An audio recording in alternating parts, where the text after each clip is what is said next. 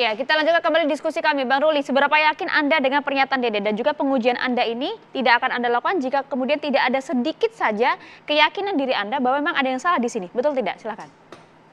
Ya begini, soal keyakinan saya kira ya kita serahkan saja sama Tuhan ya. Tapi saya juga nggak berani saya nyatakan saya 100% yakin nggak. Karena yang punya ini kan yang Tuhan yang di atas lah. Cuman saya ingin menanggapi sedikit tadi yang perkataan Ibu Elsa soal Bintara, mana mungkin sih bisa merekayasa demikian, kan begitu pernyataan Ibu. Saya kira saya nggak sependapat. Kenapa? Karena Ibu udah underestimate gitu loh. Beliau itu, Pak Rudiana ini adalah penyidik dan sudah bukan setahun 2 tahun, udah puluhan tahun.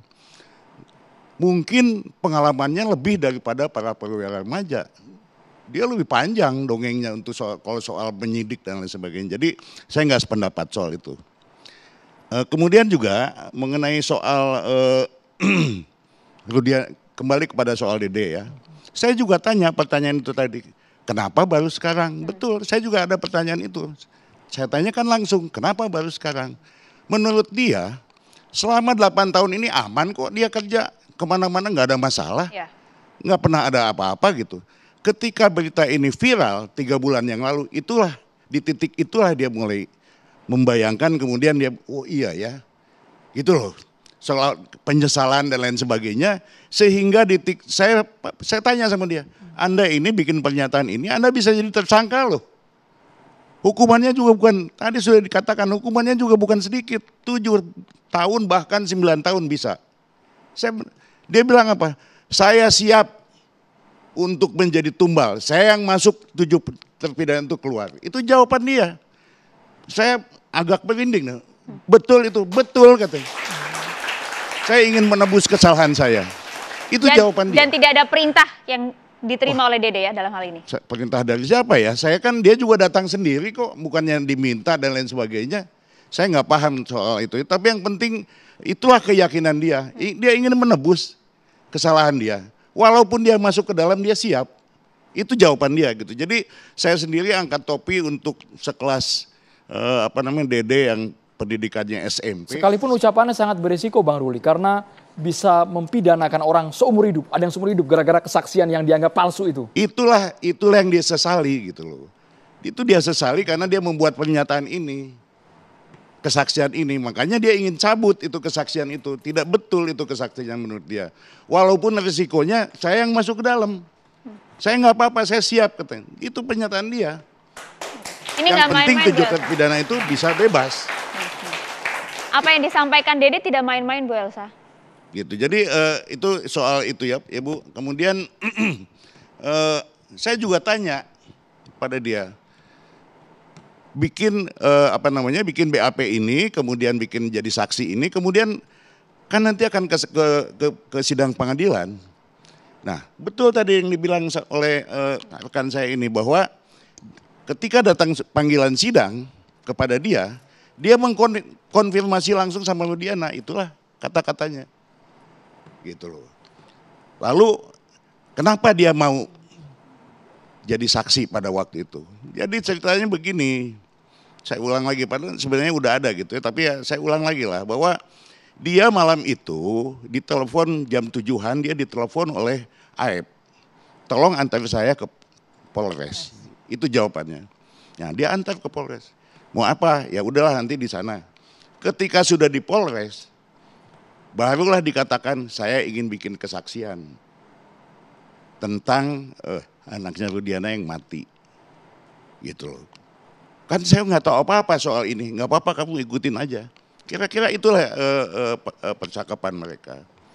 Lalu dibuatlah cerita itu, kesaksian itu di luar, masih di area Polres tapi tidak dalam ruang pemeriksaan. Ditambahkan oleh Rudiana bahwa Rudiana menambahkan ini nama tersangkanya si Anu, barang buktinya ini, motor ini. Jadilah kesaksian itu. Gitu. Setelah itu, setelah dia bikin kesaksian itu, 1 bulan kemudian dia juga udah keluar dari tempat kerjanya. Dan dia selama 8 tahun bisa bebas kemana-mana nggak apa-apa. Sekali lagi kami tegaskan Bang, kalau nggak tahu kenapa mau Bang? Nggak tahu tapi mau. Ini orang dalam situasi dia tuh pendidikannya SMP. Orang miskin, bukan orang kecil lah gitu ya. Yang istilahnya penghasilannya dapat sehari itu buat dia makan gitu loh. Sehingga begitu dibawa ke, ini pengakuan dia loh. Sehingga ketika dia dibawa ke Polres itu dia kondisi tertekan, takut lihat suasana di kepolisian itu, apalagi ada pakai yang baju polisi itu dia takut. Itulah akhirnya kenapa dia mau mengikuti. Gitu. Itu saya ingin menerangkan, menjelaskan lebih lanjut.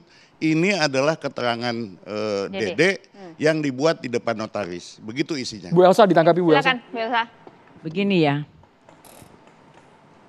andaikan Dede mencabut, keterangan Dede kan mengatakan bahwa dia melihat ada motor dilempar, batu dikejar dan segala rupa ya. Tetapi bukan itu saja, bukan Dede saja Aep, masih ada 2 saksi lagi yang sudah menjadi klien saya, ya klien Perhaki. Jadi dicabut ini pun bagi saya tidak bermanfaat gitu loh. Ya cuman memang sekarang jadi viral juga ceritanya. Tapi apapun itu haknya dari rekan untuk berupaya, dan saya hargai berupaya untuk bikin suatu novum untuk PK. Yang saya tidak setuju keterangan Dede ya, saya terlepas dari rekan kan, rekan saya kan cuma menampung ya. Tidak setuju adalah mengikut sertakan seolah-olah klien saya mengarahkan. Di mana klien saya itu bukan waktu pada tahun 2016, bukan polisi yang sudah berpengalaman, umurnya masih muda karena anaknya aja masih 16 tahun. Dia adalah bukan yang sudah umur 50, 60, udah pensiun ya. Jadi bagaimana dia bisa menguasai jaksa juga? Surat panggilan dia ngambil dari jaksa kan enggak. Panggilan itu jaksa yang kirim ke alamatnya. Jadi janganlah dia Rudiananya dianggap seperti jenderal, seperti Kapolri sehingga bisa menguasai semuanya. Jadi itu kan cerita Dede, ya nggak apa-apa dicatat saja soal Dede. Tapi bagi saya tidak semudah itu, Pak Ruli. Tidak semudah itu, Ibtu Rudiana merekayasa. Kita jadi bersanggah-sanggahan nih ya. Saya kan sudah menyerahkan kepada kepolisian. Udahlah, baiklah. Kita kasih aja pihak kepolisian yang menguji ini. Kita kan hanya menampilkan ini bukti. Silakan penyidik yang kemudian nanti memutuskan. Kan belum tentu juga Bu, begini, orang dilaporkan belum tentu juga bersalah kan. Kan masih ada proses itu nanti, iya kan. Jadi tapi saya ingin ini kondisi yang faktual, yang aktualnya pada waktu itu seperti apa. Itu yang saya pengen gitu loh.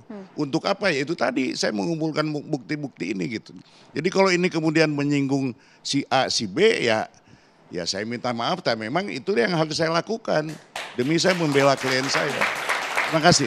Bang Tony RM harus berkomentar juga karena kesaksian dari Dede ini bisa mengubah kronologi terdahulu. Kalau benar, tetapi kalau salah, sanksi pidana juga di depan mata akan dihadapi oleh Dede dan juga rekan-rekannya. Sesaat lagi Bang Tony, kita harus jeda hanya di Catatan Demokrasi pemirsa.